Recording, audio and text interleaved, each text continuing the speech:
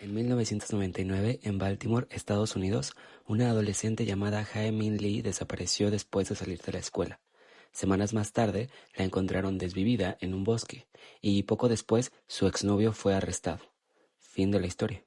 O al menos eso parecía hasta que 15 años después, un podcast de True Crime empezó a hacer preguntas tan incómodas que terminaron poniendo en duda toda la investigación, el juicio y la condena de un hombre que estaba cumpliendo cadena perpetua. Hola amigos y bienvenidos a No es Oficial. Primero, muchas gracias por el recibimiento de este proyecto. La verdad es que estoy bastante sorprendido. Más de 140 reproducciones en YouTube y 50 en Spotify. La verdad es que yo pensaba que con trabajos llegaríamos a los 35 reproducciones. Pero bueno, hoy les traigo un caso que me ha interesado, no, lo que le sigue, durante toda la semana. Yo, que soy consumidor de este tipo de podcast de misterio y true crime, creo que nunca, ningún caso se me hizo tan interesante como este. De verdad, he estado completamente clavado en este caso durante toda la semana. Y es que hasta el día de hoy, que estoy grabando esto, todavía no sé en qué creer, no sé con qué versión quedarme y pues igual y ustedes me pueden ayudar también. Así que agárrense porque vienen curvas, tráiganse una papita o un snack y presten mucha atención porque esto se va a poner muy interesante. Una advertencia, primero. Si eres una persona impresionable o que estos temas te generan incomodidad, como dice Blanca Aguilera, priorízate y nos vemos en el siguiente episodio. Obviamente no daré detalles más allá de lo estrictamente necesario por respeto a la víctima y a sus familiares, pero aún así entiendo que esto puede ser no apto para todos y mejor nos vemos cuando traigamos algo más spooky, de misterio o algo así. Otra cosita, todo lo que se diga en este podcast tiene como base los artículos encontrados en internet y el podcast Serial de Sarah Koenig. Y todo lo que se diga no es oficial, todo es presuntamente y yo no soy criminólogo ni investigador, por lo que nada de lo que diga aquí tiene ningún tipo de validez jurídica ni de ningún otro tipo. Ahora sí, ¿comenzamos?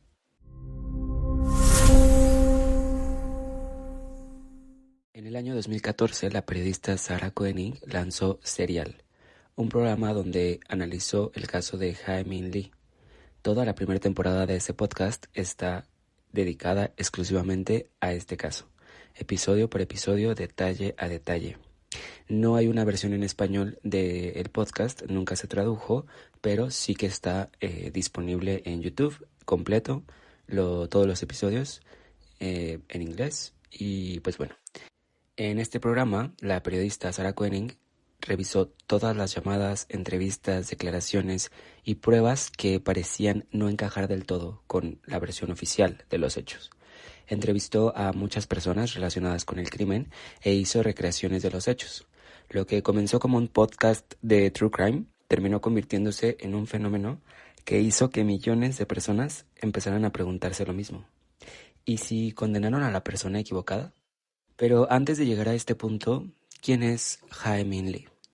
Ella nació en Corea del Sur en 1980 y llegó a Estados Unidos en 1992 cuando tenía aproximadamente 12 años. Ella viajó desde Corea con su mamá Jong Kim y su hermano Jong Lee y llegaron a la casa familiar de sus abuelos en Baltimore, Maryland. En esa casa no solo vivían ellos, sino que también vivían unos tíos y unos sobrinos de Jae. Sus amigos, conocidos y antiguos profesores la describen como una chica alegre, responsable, llena de energía y muy inteligente. Para el año de los hechos, en 1999, ella tendría 18 años y estaba estudiando la preparatoria en la Goodlawn High School. Ella era una chica independiente, ya tenía su propio auto y además de estudiar, trabajó como asistente para Hope Shaw, una profesora de francés que, bueno, le ayudaba a revisar exámenes, le ayudaba con las tareas, incluso llegaba temprano, antes de las clases, para ayudarle a esta profesora. Era parte como de una pasantía, unas prácticas, y además de eso, tenía un trabajo de medio tiempo en Lens Crafts, una óptica o tienda de lentes, según estuve viendo. ¿Y quién es Ednan Zayed? El exnovio, el condenado. Ednan Syed nació en 1981 en Baltimore, Estados Unidos. Sus padres y su familia son de Pakistán. Ellos son musulmanes conservadores, es decir, practican el Islam, y parte de las reglas de practicar el Islam de manera conservadora es nada de alcohol, nada de drogas, nada de citas, no relaciones sexuales antes del matrimonio, no novias y mucho menos si son mujeres no musulmanas. Ednan vivía con sus padres y estaba muy involucrado en la vida familiar y religiosa. En palabras de la mamá de su mejor amigo del barrio, que es entrevistada en el podcast Serial, ella dice que Ednan era el golden child de la comunidad, es decir, un ejemplo a seguir de los demás jóvenes de la comunidad. No solo era un buen musulmán, también le iba bien en la escuela y tenía un trabajo de medio tiempo como técnico de emergencias médicas para la empresa de ambulancias privadas Lifestar.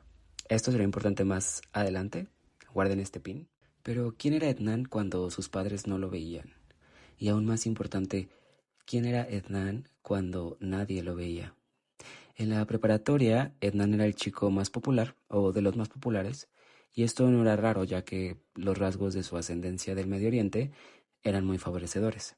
Él era alto, atlético, tenía los ojos grandes, de un café intenso, pestañas largas y una sonrisa agradable. Es decir, no era el típico chico americano promedio, resaltaba naturalmente. Además de esto, sus amigos y conocidos lo consideraban amable, respetuoso, inteligente y en general, pues una persona bastante agradable. Por ese motivo, tenía mucha vida social en la escuela, bastantes amigos y actividades extracurriculares, e incluso fue príncipe de un baile. Esto es algo muy importante para los gringos.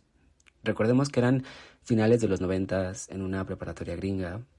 Ednan estaba en el equipo de atletismo y en el equipo de americano de la escuela. Él era el chico del momento, el chico por el que la mayoría de las chicas suspiraban. Entonces, ¿cómo fue que se conocieron estos dos? ¿Y cómo se hicieron novios? Aún más importante, ¿cómo establecieron una relación siendo tan diferentes? Bueno, empecemos porque los dos estudiaban en la Goodlawn High School y ellos comenzaron a salir a raíz de tener amigos en común. Igual y se veían por los pasillos o en alguna fiesta, pero ¿cómo que fiesta? ¿No se supone que Ednan lo tenía prohibido? Bueno, ir a fiestas no es lo único malo, entre comillas, que Ednan hacía. También tomaba y fumaba de la hierba que te hace sentir feliz, a la cual en adelante nos referiremos como la planta, nada más. Según una entrada en el diario de Jae, el cual formó parte fundamental del juicio y de todo este caso, no solo por hablar de la relación entre ellos dos, sino también porque los nombres de las personas involucradas en este caso aparecían allí con todo y fechas. Obviamente la periodista del podcast Serial consiguió este diario y se lo leyó completito. Bueno, en el diario se puede ver que Ednan invitó al baile de prom de 1998 a Jae. Esto pudo haber sido como muestra de su interés en ella, y en una entrada del diario también se lee que después del baile ellos se dieron su primer beso. Esto fue en abril de 1998 y desde ese entonces, desde ese momento, comenzaron una relación, digamos, estable, o sea, tan estable como puede ser una relación a los 18. También se dice que visitaban moteles, es decir, incumplían una de las reglas de la religión de Ednan.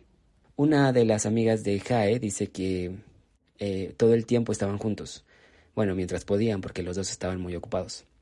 Esta misma amiga también dice que Jae solía mentirle a su madre diciéndole que iba a estar con ella, mientras que en realidad estaba con Ednan. O sea, su mamá le decía, voy a ir con esta amiga, y en realidad estaba con el novio. Así fue como creció su relación, como un Romeo y Julieta de los 90 en una high school gringa. Una relación que no debería estar sucediendo, en la que pasaban cosas que no deberían estar pasando, pero pues ¿quién podría culparlos? Solo tenían 18 y estaban profundamente enamorados. Sin embargo, tan solo unos 8 meses después, aproximadamente, su relación terminó. Y es que antes de su ruptura oficial, en noviembre o diciembre de 1998, ya se podía leer en el diario de Jae una hoja antes de esa fecha con cosas como: su religión es lo más importante en su vida. Lo que soy es quien lo aleja de su religión. Y es que unos meses antes de la ruptura, En el baile de Homecoming de 1998, Ednan fue designado príncipe del baile junto a Stephanie, una amiga suya, y a pesar de que Jae recuerda que bailó con ella en lugar de con Stephanie durante el baile, en ese mismo baile los papás de Ednan llegaron a reprenderlo por su relación con Jae. Algunos dicen que fue algo escandaloso, algo grande y muy dramático, y hay quienes dicen que para nada, que solo lo regañaron, pero nada extravagante. El mismo Ednan dice que al llegar a su casa le llamó a un amigo para contarle lo que había pasado y los dos se estaban riendo muchísimo.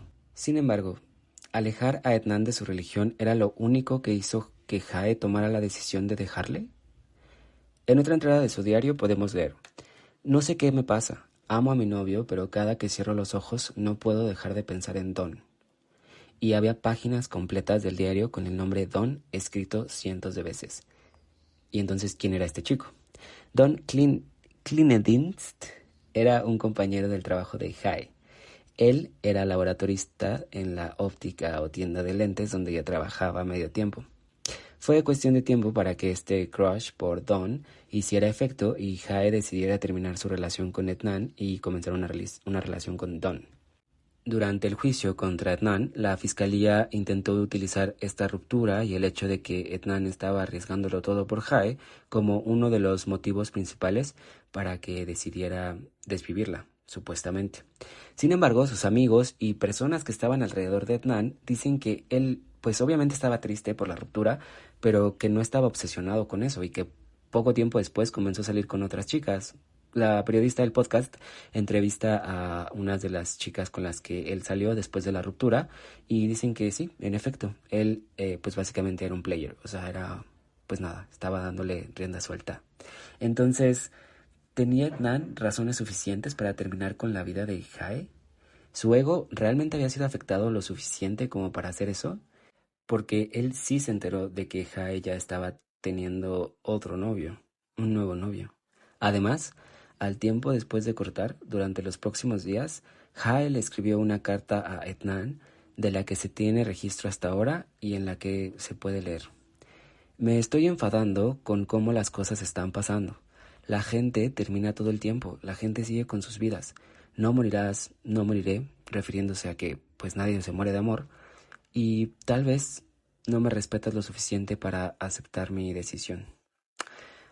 Había alguien que sí que creía que esta razón era lo suficientemente fuerte para que Ednan decidiera desvivir a Jae, y ese era Jay Sin Wilds, un conocido de Ednan, no muy cercano, pero que sí se frecuentaban, vaya. Gracias al testimonio de este hombre, que en ese entonces tenía 19 años, condenaron a Ednan a cadena perpetua. Pero entonces, ¿qué fue lo que dijo? ¿Por qué la policía y los jueces creyeron todo su testimonio? Bueno, nos tenemos que remontar al 13 de enero de 1999, el día en que Jae desaparece. Ese día, por la tarde, después de las clases, que siempre terminaban a las 2:15 de la tarde, Jae recogería a su prima pequeña de la escuela, pero no llegó. No llegó a recoger a su prima y tampoco llegó a su turno del trabajo, el cual, para ese día, según recuerdo, era de 5 a 10 de la noche, más o menos. Esto ya levantó sospechas porque ella nunca faltaría a recoger a su prima y nunca faltaría al trabajo.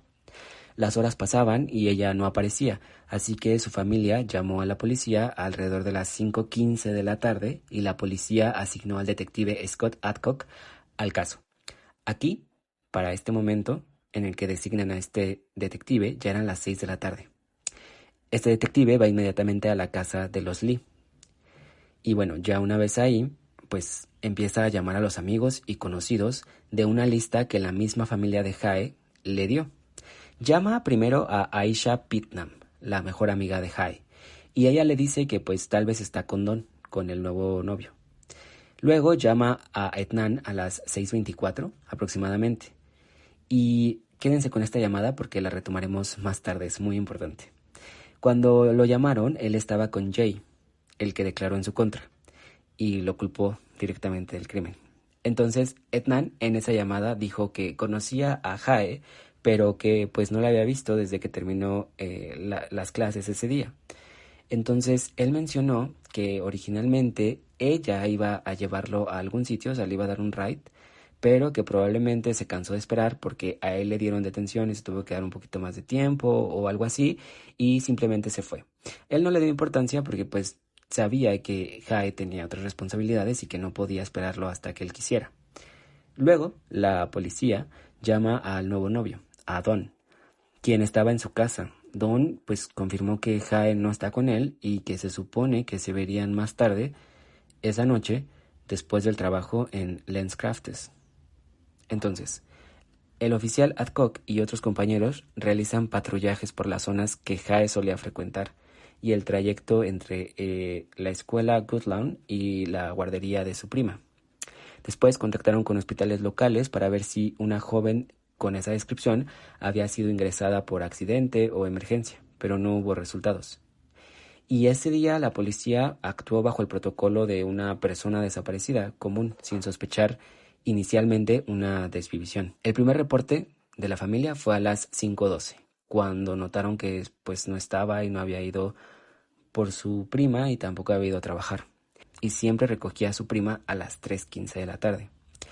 Ese día la policía no hizo nada más porque como Jae tenía 18 años, cabría la posibilidad de que se hubiera escapado de casa o de que pues estuviera con Don, aunque esto era muy poco probable porque siendo Don, o sea, si te llama la policía y te pregunta por tu novia porque no la encuentran y está aparentemente desaparecida, pues ya como que dices todo, ¿no? O sea, todo lo que sabes, si está contigo obviamente lo dices, ya es la policía la que te está preguntando, no es como que sea su mamá o su papá. Entonces, bueno, también dijeron que tal vez se había fugado de casa porque se había peleado con su familia, pero pues esto la familia lo desmintió al instante. ¿Dónde estaba Jae? ¿Con quién? Las respuestas a estas preguntas no llegaron hasta el 9 de febrero de 1999, es decir, casi un mes después, cuando la policía encuentra el cuerpo desvivido en Lincoln Park, una zona boscosa de la ciudad de Baltimore. Este parque, desde 1940 hasta el día de hoy, tiene una muy mala fama porque se han encontrado en ese periodo de tiempo, desde 1940 hasta la actualidad, aproximadamente 75 personas desvividas. El señor S. fue quien avisó a la policía que habría encontrado a Jae. Se le llama señor S. en el podcast Serial y lo mantendremos igual. Esto es por privacidad de la persona. Entonces, el señor S. era un hombre que trabajaba como técnico de mantenimiento para una universidad cercana al parque. Ese día había estado bebiendo alcohol y de camino a la universidad, para comenzar su turno, decidió pararse en el parque para hacer del baño y prefirió hacerlo un poco retirado de donde pasaban los autos para que no lo vieran. Fue entonces que encontró a Jae, que estaba cubierta con hojas y tierra. Era apenas visible. Ahora, el señor S. fue interrogado hasta la saciedad, de verdad. Le preguntaron todo. Y esto es porque tenía un historial significativo de arrestos por exhibirse repetidamente, es decir, exhibirse públicamente desnudo. De hecho, hay una oficial de policía que dice haber sufrido acoso por parte de este sujeto. Esto lo convirtió obviamente en un sospechoso. Le dijeron que era mucha casualidad que encontrara el cuerpo escondido bajo hojas y tierra y que apenas era visible, en medio de un bosque, que parecía más bien que estaba buscándolo porque sabía que lo encontraría. Le preguntaron todo lo que había tomado ese día, todo lo que había hecho, y esto tenía sentido, porque cerca de Jae se encontró una cuerda y una botella de brandy. No obstante, el señor S. no mordió el anzuelo de la policía, es decir, no les dijo lo que ellos querían que les dijeran, porque, pues, también, si tú encuentras a alguien y tú sabes que lo hiciste, ¿por qué llamarías a la policía para que encuentre el cuerpo de alguien que tú desviviste? No tenía sentido. Por eso, y porque no les dijo lo que querían escuchar, pues lo dejaron libre, porque tampoco se encontró su ADN por ningún lado. Con este descubrimiento, el caso pasó de ser un caso de desaparición a un caso de desvivimiento, y lo pusieron en las manos de los detectives Ritz y McGillivray. La autopsia reveló que Jae fue desvivida porque le apretaron mucho el cuello, vamos a decirlo, con las manos de alguien, apretó mucho el cuello de Jae. Y la cuerda que mencionamos anteriormente, pues no tenía su ADN de Jae, ni tampoco un ADN que pudiera llevarlos a alguna pista, por lo que se descartó. Pero ¿Recuerdan quién era técnico de emergencias médicas? Es decir, ¿quién sabría cómo apretar y dónde apretar para desvivir a alguien? Así es, Ednan. Ednan trabajaba como técnico de emergencias médicas. Esto no es algo que se me haya ocurrido a mí, ni una conclusión a la cual yo haya llegado, sino que fue uno de los argumentos de la fiscalía durante el juicio contra Ednan. Pero ¿podría una persona que estudió y se esforzó por obtener un trabajo para salvar vidas acabar con la de su exnovia? No lo sé. En la escena no se encontró ADN de Ednan más que dentro del auto de Jae, pero el auto no estaba en la escena. Y además, él había entrado cientos de veces al auto de Jae porque pues fueron novios. No se encontraron artefactos que pertenecieran a él, ni sus huellas de zapatos, ni en su ropa tampoco se encontró rastro de tierra u hojas, pero ya habían pasado semanas desde que Jae había desaparecido. Entonces, unos días después de haber encontrado a Jae, los investigadores recibieron una llamada de una persona con acento asiático, lo que sea que signifique eso, así está registrado. Esta persona les decía que debían investigar al exnovio de Jae, a Etnan, es decir, lo acusaba, en pocas palabras. La policía entonces comenzó a revisar el registro de llamadas del teléfono celular de Etnan, el cual, por cierto, había comprado solo 2 días antes de la desaparición, lo cual pues ya es raro, ¿no? En fin, encontraron que el día 13, el día de la desaparición, había llamado en repetidas ocasiones a una chica llamada Jane o Jennifer Pusateri, con quien Etnan no tenía ninguna relación. Esto fue muy sospechoso y los detectives la interrogaron. Le llamaron para preguntarle por qué te está llamando esta persona con la que no tienes, pues aparentemente, nada que ver. Al principio ella negó saber al respecto, pero después regresó con un abogado y aceptó que, si bien no estaba relacionada con Ednan, sí estaba relacionada con Jay. Era su mejor amigo. Jay era el mejor amigo de ella, ¿ok? ¿Vamos bien hasta ahí? Entonces, ella dice que Jay le había dicho que Ednan desvivió a Jae y que pues ella le ayudó a Jay a deshacerse de la ropa y de las palas que supuestamente usaron para cubrir el cuerpo de Jae. La policía entonces, ese mismo día, interroga a Jay Wilds en la madrugada. Y un dato importante y que casi no se menciona es que antes de que comenzaran a grabar el primer interrogatorio de Jay, porque obviamente está la grabación, los detectives hablaron con él durante 50 minutos, sin grabar, sin nada. Entonces, ¿qué le dijeron? ¿Qué le preguntaron? ¿Le dijeron qué decir? ¿Se pusieron de acuerdo? No sé, hay muchas preguntas al respecto de esos 50 minutos previos al interrogatorio grabado.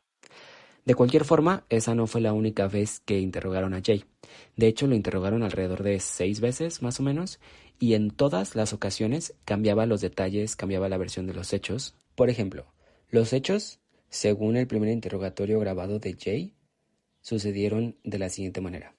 Entre las 10 y las 11:30 de la mañana, Ednan llamó a Jay y queda de pasar a recogerlo a su casa para ir al centro comercial Security Square Mall para hacer compras.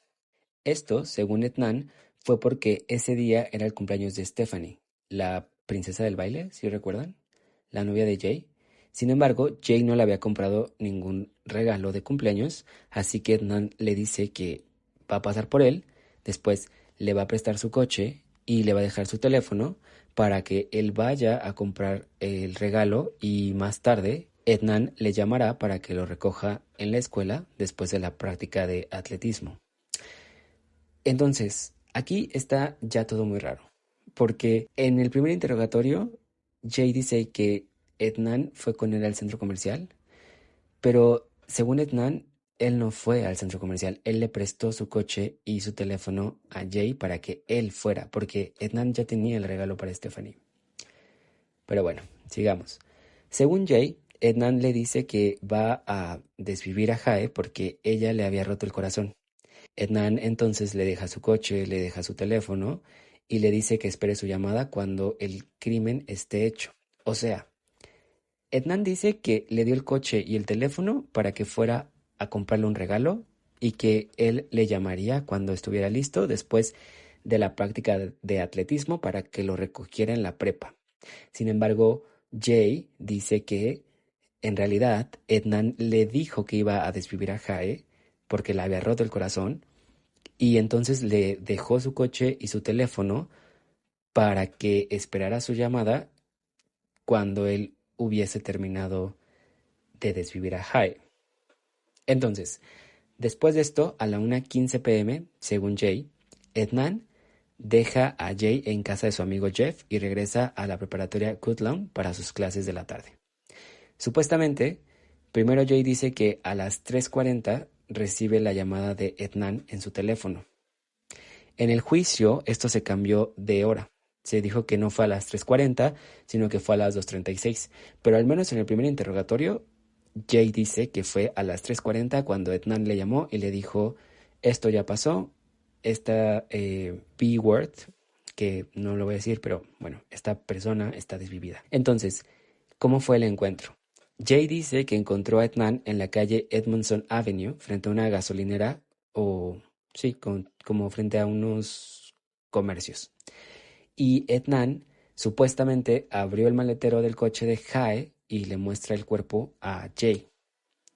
Entre las 4 y las 5, según Jay, deciden mover el coche de Jae y lo dejan en el estacionamiento de la I-70 Park and Ride.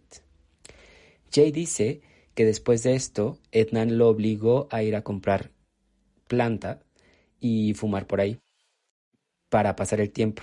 Entre las 5 y las 6:30 de la tarde, supuestamente, Ednan le pide a Jay que lo deje en el instituto para su práctica de atletismo porque supuestamente necesitaba ser visto. Jay va a casa de su amiga Jen Pusateri. ¿Recuerdan? La que aparecía en los registros de teléfono que a la policía no le cuadró. Pues bueno, según Jay, Ednan le pidió que lo llevara a la preparatoria para que pues la gente lo viera y tener como una coartada. Después de esto, recogen a Ednan de las clases de atletismo en la preparatoria y van a la casa de una conocida de Jay que se llama Katy. Supuestamente, mientras están en la casa de Katy, Ednan recibe la llamada del detective Adnock. ¿Recuerdan? La que les dije que recordaran porque Ednan estaba con Jay cuando esa llamada sucedió. Pues supuestamente Ednan recibe esta llamada del detective Adcock preguntando si sabe dónde está Jae y según Jay, en ese momento Ednan entró en pánico. Salió de la casa y Ednan dice que tienen que ir a cubrir a Jae de una vez y ya, con urgencia. Entonces, entre las 7 y las 8, supuestamente, según Jay, van al Park and Ride y recuperan el coche de Jae, donde ella todavía estaba. De ahí, conducen a Lincoln Park y Jay dice que fueron a su casa antes de llegar al parque por 2 palas. Entonces, supuestamente, según Jay, Ednan cavó la fosa, que Jay describe como muy superficial, mientras que Jay lo vigila. Luego llevan el cuerpo desde el coche hasta el bosque. Jay insiste en que él no tocó para nada a Jae. Después, según Jay, conducen a un vecindario residencial cerca de Edmondson Avenue para abandonar el coche de Jae definitivamente.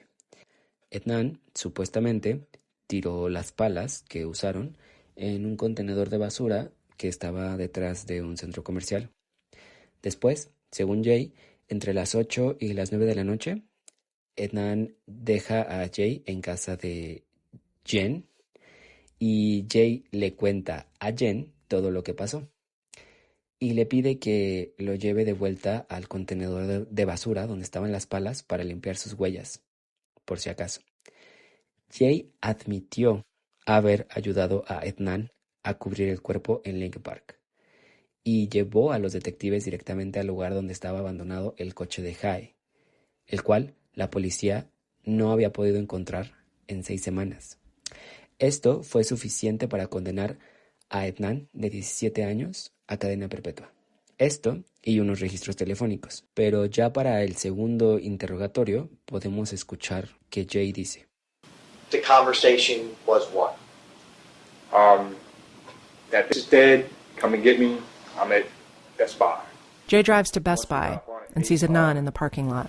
En este segundo interrogatorio grabado, Jay dice que Adnan le pidió que lo recogiera en el estacionamiento de un Best Buy. Es decir, ya cambió el lugar donde había dicho antes que Adnan le pidió que lo recogiera. ¿Y por qué? Bueno, probablemente porque se dice que en ese Best Buy había una cabina telefónica desde donde supuestamente Adnan sí que lo pudo haber llamado. Mientras que en el lugar anterior que había dicho Jay, pues probablemente no había ninguna cabina de teléfono. Pero escuchen esta parte. Had left out, went shopping with a friend of mine, an ex-friend of mine, Adnan. We had a conversation. During the conversation, he stated that he was going to kill that bitch during the Haley. I took it with context. It didn't stand out my head any. ¿Soy yo o no le suena como ensayado lo que va a decir? Como que escoge muy cautelosamente las palabras que va diciendo. Es como si tuviera una especie de guión, no sé, es que yo lo escucho a veces como yo me escucho de pronto haciendo estos capítulos que llevan un guión para las partes como más específicas, los datos, los nombres, etcétera. Y hay otras partes donde sí que se escucha un poco más fluido, no sé. Jay va a justificar todos sus cambios en las versiones, diciendo que quería proteger a sus amigos, que quería protegerse a sí mismo, porque pues vendía planta y no quería problemas con la policía, pero aún así sus testimonios sí llegan a caerse por todas partes. Porque entonces, ¿por qué Adnan le pediría ayuda para algo tan grave a un conocido? O sea, no eran amigos, eran conocidos, se frecuentaban, de vez en cuando fumaban juntos, se veían de vez en cuando. Él era el novio de una de sus mejores amigas, pero nada más.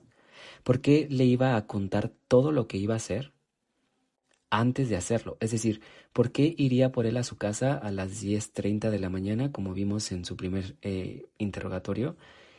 Y le diría, voy a hacer esto, esto y esto, y me recoges cuando haya terminado y demás. O sea, ¿por qué se arriesgaría a eso?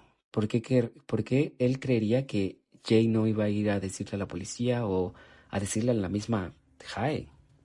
Y por otro lado, también, ¿por qué Ednan le prestaría su coche y su teléfono que acababa de comprar hace apenas 2 días a un conocido? O sea, no a un amigo. ¿Es porque necesitaba quedarse sin coche para pedirle a Jae que le diera un ride ese día y así poder entrar a su coche y hacer lo que supuestamente hizo? Aquí es donde todo empieza a ponerse muy extraño, porque el papá de Ednan asegura que él estaba en la mezquita a las 8 de la noche, ayudándolo como siempre. A las 8, a la misma hora en la que, según la fiscalía, Ednan estaba enterrando a Jae junto con Jay. Aunque claro, es su papá. Entonces, ¿mentiría bajo juramento para intentar salvar a su hijo?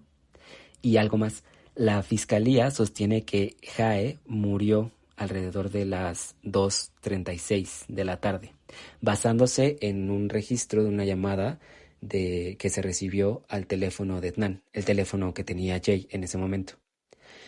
Pero si las clases terminaron a las 2:15 de la tarde, porque siempre terminaban a esa hora, eso le daría a Ednan apenas 21 minutos para salir de la escuela, convencer a Jae de que le diera ray, subirse con ella, llevarla hasta el Best Buy, supuestamente, o a algún otro punto, desvivirla y llamar a Jay para que lo recogiera. Todo eso en 21 minutos. Pero, ¿y si además les digo que hay una persona que asegura que estuvo con Ednan en una biblioteca cercana a la preparatoria de entre las 12:15, que es la hora de salida, y hasta las 2:40 de la tarde? Y no solo eso, tiene una razón muy particular por la cual recuerda perfectamente ese día y recuerda perfectamente haber estado con Ednan durante esa franja de tiempo en la que supuestamente Jae fue desvivida. Entonces, alguien está mintiendo, eso es obvio, pero ¿quién? ¿Jay? ¿Etnan? ¿Quién está encubriendo a quién? ¿O quién encubrió a quién? ¿Y cuáles son las posibles fallas que tiene todo este caso? Todo esto y más la próxima semana. Yo soy Luis Armenia y esto fue No es Oficial. Chao.